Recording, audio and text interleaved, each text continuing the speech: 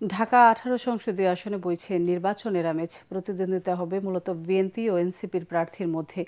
আনুষ্ঠানিক প্রচারণা শুরু না হলেও নানা প্রতিশ্রুতি নিয়ে ভোটারদের দ্বারে দ্বারে যাচ্ছেন প্রার্থীরা। অন্যদিকে নির্বাচন নিয়ে এখনও শঙ্কা ভোটারদের। সালাম স্টিল ভোটের গাড়ি নিয়ে ঢাকা ১৮ আসনের খবর জানাচ্ছেন ঐশী গোস্বামী প্রমা। ভূমিকম্প সহনীয় মোস্ট ডিউরেবল দেশের প্রথম থার্মেক্স রড সালাম স্টিল। সালাম স্টিল বোঝে ডিউরেবিলিটি। সালাম স্টিল মোস্ট ডিউরেবল স্টিল। চায়ের দোকান কিংবা আড্ডা, সব জায়গায় এখন আলোচনার মূল কেন্দ্র ত্রয়োদশ জাতীয় সংসদ নির্বাচন।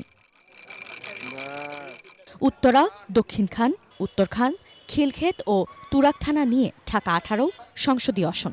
এখানে বিএনপি প্রার্থী হয়ে লড়বেন SM জাহাঙ্গীর হোসেন, জামাতে ইসলামের প্রার্থী প্রিন্সিপাল আশরাফুল হক এনসিপি প্রার্থী আরিফুল ইসলাম আদিবকে সমর্থন জানিয়ে প্রার্থিতা প্রত্যাহার করেছেন। তাই বিএনপি ও এনসিপি প্রার্থীর মধ্যেই লড়াই হবে বলে মনে করছেন ভোটাররা। এইবারে নির্বাচনটা ভিন্ন, যে এতগুলো মানুষ যার জীবন দিল একটা নির্বাচনের জন্য, এতগুলো মানুষ ভোটাধিকার প্রয়োগ করার জন্য যার জীবন দিল, সেই জায়গাটা মানুষের উৎসাহ উদ্দীপনা অনেক বেশি।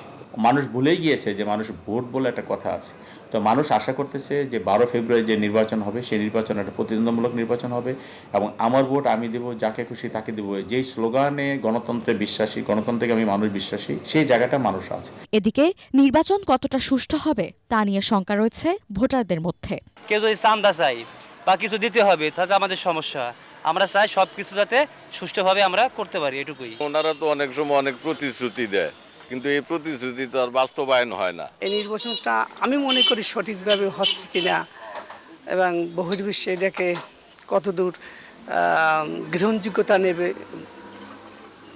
আমার বোধগম্য আসে না। এই আসনে মোট ভোটার সংখ্যা 5,88,000-এর বেশি। এর মধ্যে পুরুষ ভোটার 3,02,000 আর নারী ভোটারের সংখ্যা 2,86,000। ঐশী গোস্বামী প্রমা, ATN বাংলা, ঢাকা।